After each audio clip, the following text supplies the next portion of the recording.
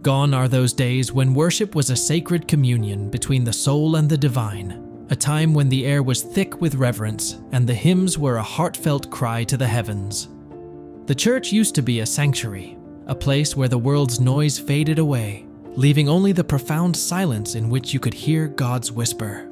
But now, that silence is filled with the beats of secular music, and the sacred space feels more like a stage than a sanctuary.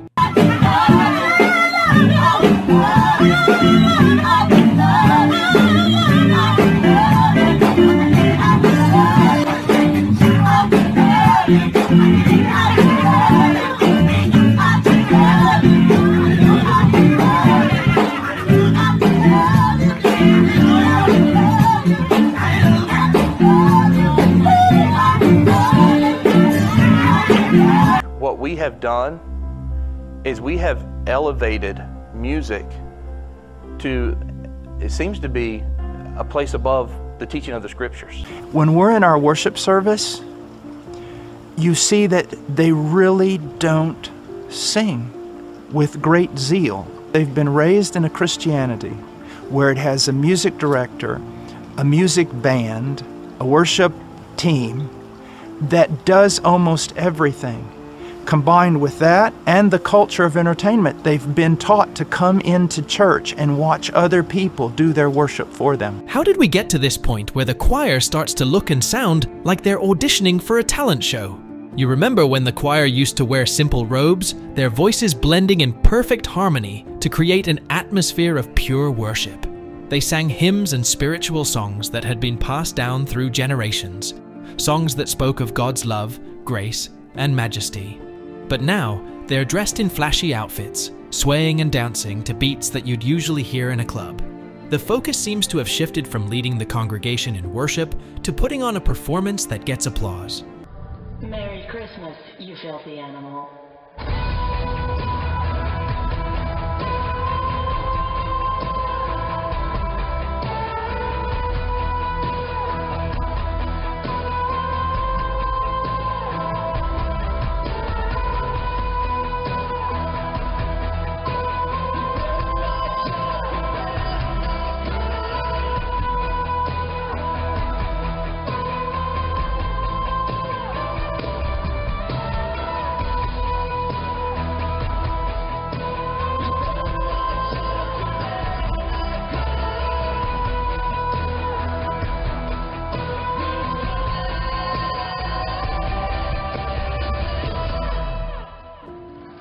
One of the areas you must be very careful is in music, symbolisms, music. And I've warned, and you need to take this seriously. You know, there are people who tell us that the reason they're into a certain kind of music is because that's what the young people are interested in, or those group of people are interested in. Hold on! How worldly should we get to win the world? How worldly should we be to win the world?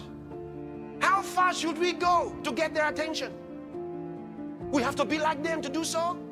Under the blood, me say me under the blood. Under the blood, me say me under the blood. Jesus cover me under the blood. Under pressure we will, under pressure. Under pressure black people, under pressure. Under pressure Nigerians, under pressure. Under the blood, me say me under the blood. Under the blood, me say me under the blood. Jesus cover me under the blood. Under the blood, me say me under the blood. Jesus, you will cover me under the blood. In the morning when me wake up, and the blood of Jesus me take up. And when me feel like me, I go break up. Put the blood on me face just like a makeup. Jesus, you're my everything. Yes, you are my Lord and King. Jesus, you're my everything. Yes, you are my Lord and King. But we don't have to now be like them. We don't have to have their music for them to listen to our music.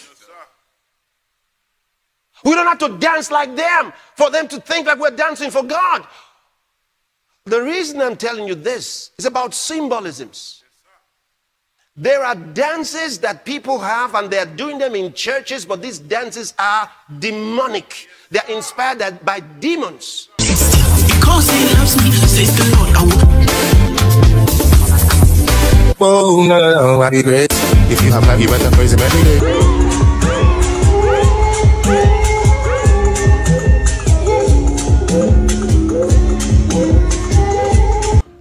And they're being danced in churches by so-called music leaders and music, whatever they call themselves. What's actually happening is these are offerings and libations that are being offered to Satan through symbolisms. And demons thrive on these offerings. You have to understand. You have to understand. We're in a spiritual battle, and the enemy is crafty. He knows how to disguise himself, even in the things that seem harmless or entertaining. Many secular dance steps and moves have crept into our churches. Do you know that many of these moves are rooted in practices that are far from godly? Some are even demonic invocations and satanic symbols. The devil doesn't play fair, and he's not taking a day off. He's using whatever means he can to infiltrate our worship and lead us astray. Because we have dumbed down the gospel, because we're not preaching the true gospel, and we are using carnal means to attract people. If you use carnal means to attract men, you're going to attract carnal men. And you're going to have to keep using greater carnal means to keep them in the church. You can sing the truth about God, but there's a way that God said he wants to be worshiped in spirit, hold it, and truth. And to worship God in spirit, you must sing in the spirit or with the spirit, meaning your song must be according to the letter. And if the sinner's not baptized, don't have the Holy Ghost, not in the truth, not worshiping God according to what's written, God called his songs, even if the words are right, noise. And recently we find some popular gospel singers switch into singing secular and worldly music. These are voices that once led us into the Holy of Holies.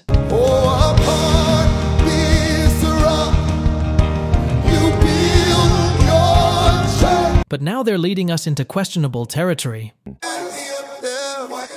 They've switched lanes from singing gospel to belting out secular and worldly tunes. You've probably seen some of the controversy of this man, Dante Bowe. He was a former member of Maverick City Music, which is a very well-known worship group. And as you can see, he's making some new music. This is Wind Me Up, and this is the music video. Here's some wisdom. You are on a level where you're famous, you're in the limelight, you're well known for Jesus. You have to be very careful, and here's why. Because you're seen by the world as a leader for Christ. With that comes giving up of your personal rights. Like Paul said it, he said, I am not my own. I've been crucified with Christ. It's no longer I who lives, but Christ who lives in me. And I'm not condemning. This can happen to anybody, but this leads people astray. Because you are just leading 6.1 million people in worship in their living room. Because there has to be some type of accountability. Once you say yes to this, you've given this up. There can't be a mix. There can't be double-mindedness. The good book tells us, no one can serve two masters.